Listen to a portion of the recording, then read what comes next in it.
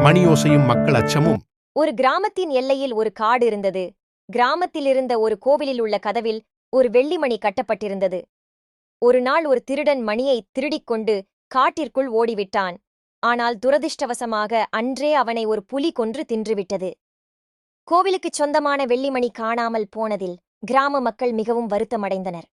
அன்றிரவு அந்த மணியடிக்கும் சத்தம் கேட்டது. பல பக்கங்களிலிருந்தும் மணி ஓசை கேட்பது போல் அவர்களுக்கு தோன்றியது.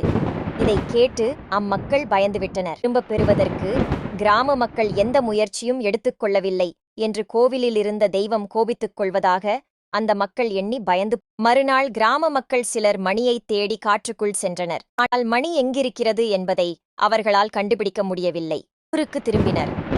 அந்த இரவும் அவர்களுக்கு மணி யோசை கேட்டது. ஒரு முறை ஒரு திசையில் இருந்தும் அடுத்த முறை வேறு திசையில் இருந்தும் மணியோசை கேட்பது போல் அவர்களுக்கு தோன்றியது. உண்மையிலேயே அந்த மக்கள் மிகவும் நடுங்கிப் போனார்கள். மறுநாள் அந்த கிராமத்தை சேர்ந்த ஒரு சிறுவன் உண்மையில் என்னதான் நடக்கிறது என்பதை கண்டறிய காட்டிற்கு புறப்பட்டான். தனியாக காட்டுக்குள் சென்றான். சிறிது நேரத்திற்கு பிறகு முரசு அடிக்கும் சத்தமும் மணி யோசையும் கேட்டது. அவன் தைரியமாக சத்தம் வந்த திசையை நோக்கி சென்றான். அங்கு ஒரு குரங்கு கூட்டம், ஒரு முரசு, ஒரு மணி, சில உடுப்புகள் இவற்றை வைத்துக்கொண்டு விளையாடிக் கொண்டிருப்பதை கண்டான்.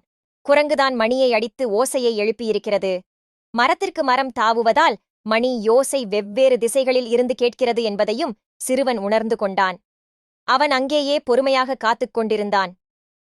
ஒரு குரங்கு மணியை வைத்து விளையாடியவாறே அந்த கூட்டத்தில் இருந்து பிரிந்து வந்து ஒரு மரத்தில் உட்கார்ந்தது. இதற்காக காத்திருந்த சிறுவன் குரங்கின் எதிரே சில பழங்களையும் கொட்டைகளையும் வீசி எறிந்தான். சிறிது நேரத்திற்குப் பிறகு குரங்கு பழங்களையும் கொட்டைகளையும் பார்த்தது.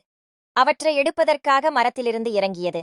ஆனால் நிறைய பழங்களும் கொட்டைகளும் இருக்கவே மரத்திலேயே மணியை வைத்தது. இறங்கி வந்து அவற்றை பொறுக்க ஆரம்பித்தது. இந்த சமயத்திற்காக காத்திருந்த சிறுவன் விரைந்து சென்று மணியை எடுத்துக்கொண்டான்.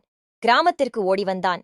காட்டில் உண்மையில் என்ன நடந்தது என்பதை கிராம மக்களிடம் விவரமாக எடுத்துக் கூறினான். சூழலை உணர்ந்து சிந்தித்து செயல்பட்ட சிறுவனை அனைவரும் பாராட்டினார்கள். நீதி பகுத்தறிவு விளக்கை ஏற்று மூட நம்பிக்கை இருளை ஓட்டு.